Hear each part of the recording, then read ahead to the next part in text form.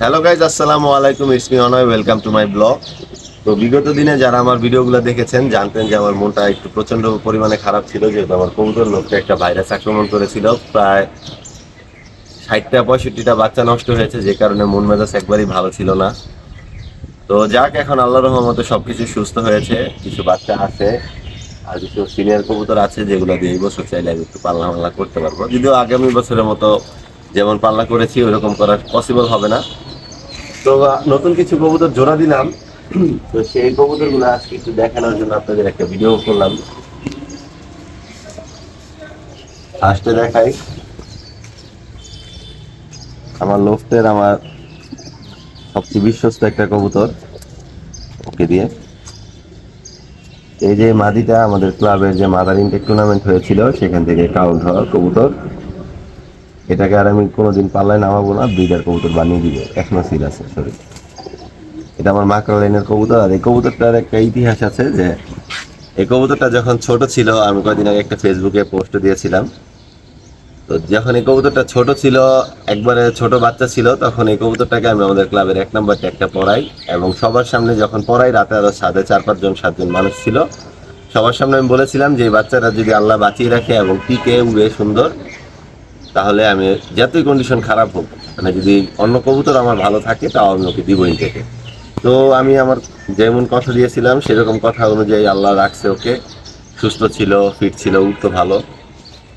তো যে কারণে ওকে আমি আমাদের ক্লাব টুর্নামেন্টে দেই এবং মাদার ইনটেক টুর্নামেন্টে দেই। তো ওখান থেকে প্রথমে কাউন্ট হয়। এই যে কবুতরের চোখটা, আর এই যে ওর পায়ে আমাদের ক্লাবের 1 নম্বরটা। এই কবুতরটা কাজ করে একটা কবুতরের সাথে আমি আমার পেয়ার করেছি। এই নটটাকে, এটা আমার বাসার একটা মেইন কালো গলা নর বলতে পারেন আপনারা। ওর বাচ্চা করেছিলাম অনেকগুলো এবার, কিন্তু বাচ্চাগুলা আনফরচুনেটলি ভাইরাসের কারণে মারা যায়। এই যে এই কবুতরটার চোখটা দেখেন, একবারে লাল দানা। তো কালো গলা একটা নর দিয়ে ওর সাথে আমি পেয়ার করেছি, দেখা যাক বাচ্চা কিরকম।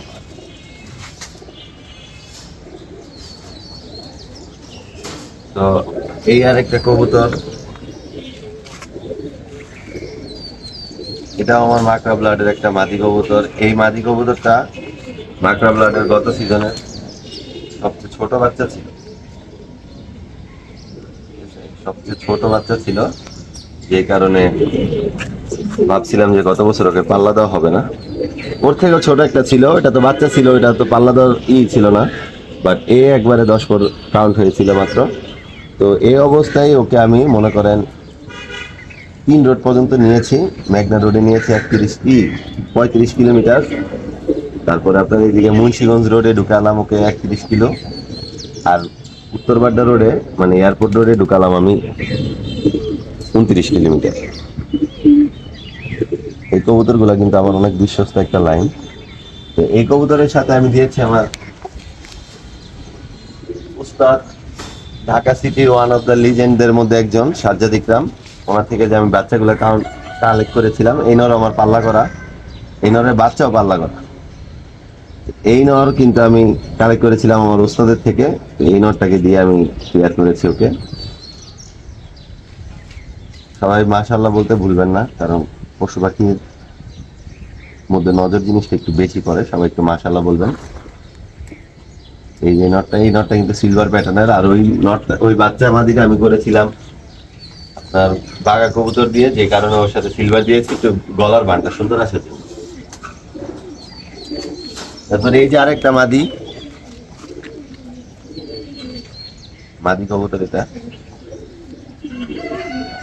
এটাও আমি দিয়েছি আপনার আমার মাকড়া লাইনেরই। কিন্তু এই কবুতরটার বাবা হলো আমাদের সাজ্জাদ ইকরাম ভাইয়ের, ওই একটু আগে যে নটটা দেখালাম ওই নটটার বাচ্চা এটা। এই কবুতরটার ইতিহাস বলি, তো এই কবুতরটা আমার চাকলাতে যখন ওর বয়স 6 পর আমি পাল্লায় নামি, ঠিক আছে, তখন নভেম্বর মাস চলে, আমাদের ইনটেক টুর্নামেন্ট যাওয়ার পর আমি পাল্লায় নামি।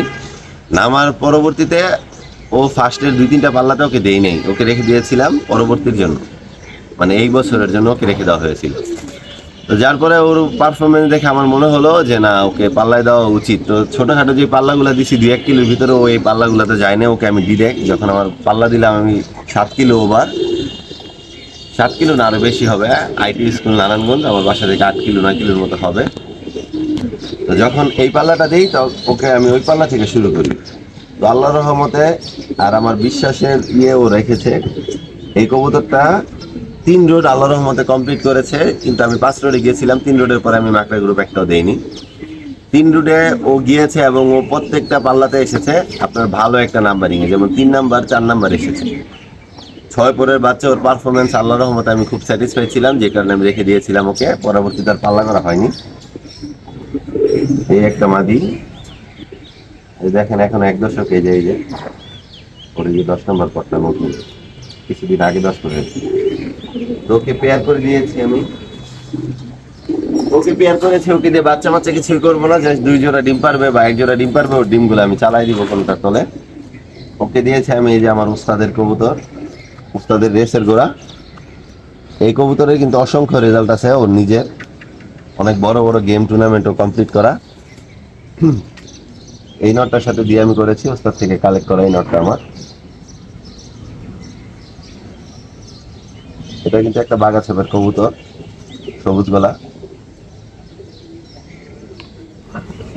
এটা হলো 3 নাম্বার প্লেয়ার, আর 4 নাম্বার প্লেয়ারটা করেছি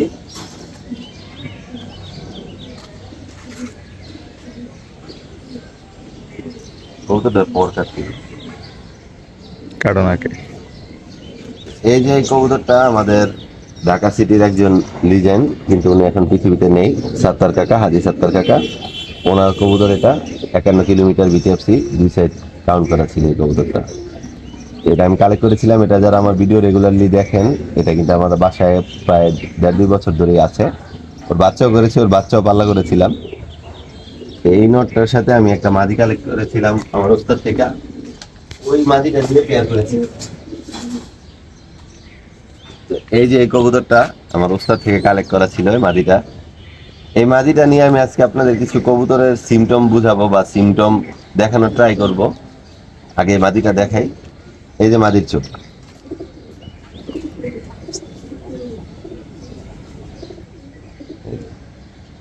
এই মাদিটার সাথে আমি পেয়ার করেছি।